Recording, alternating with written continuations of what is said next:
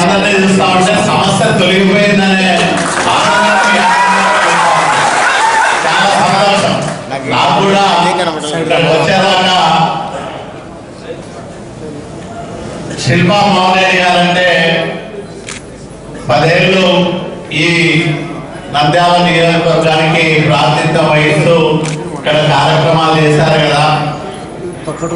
మరి ఒకసారిగా ఎవరికి చెప్పుకోకుండా ఉండపరంగా ఇలాంటి నిర్ణయం తీసుకుంటే ఎట్లా ఉంటుందో అని అనుకున్నాం.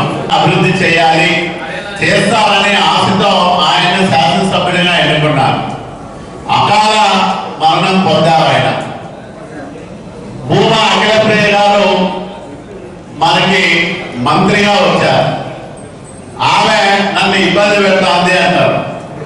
శిల్పా మోహన్ రెడ్డి గారికి భూమా అఖిలప్రియకి ఏమన్నా సంబంధం ఉందా? ఆయన అనుభవం లేదా? వయసు కూతురులాంటిది మాకందరికి. మేమంతా వాళ్ళ నాన్నతో కలిసి పనిచేసినాం, ఎంపీలుగా ఉన్నాం. మేము చాలా ఆప్యాయంగా చూసుకోవాలి. ఎవరైనా సరే మన కూతురు, మన పాప మంచి భవిష్యత్తు ఉండాలి, ఆమెకు సహకరిద్దాం మనం కూడా.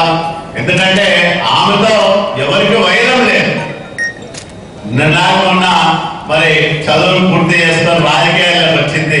ఆమె ఎవరికి ద్రోహం చేసింది లేదు, ఎవరితోనూ కొట్లాడినది లేదు, మరి అట్లానే ఎవరిని ఇబ్బంది పెట్టింది కూడా లేదు. అట్లాంటి ఆమె మమ్మల్ని అందరినీ తొక్కేస్తాంది అంటే ఎవరైనా నమ్ముతారా? నమ్మడానికి సాధ్యమవుతుందా?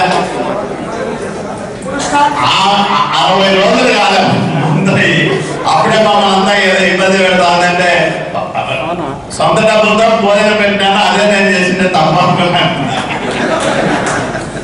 భోజనం పెట్టడం తొక్కేయడమా అంటే ఏది కారణం లేనప్పుడు ఏదో ఒక కారణం చూపించి బయటికి పోవాలంటే పోవచ్చు. ఇదే రాజకీయ స్వేచ్ఛ ఎవరికైనా ఉంటుంది. ఏ పార్టీలో ఎవరైనా పనిచేయచ్చు.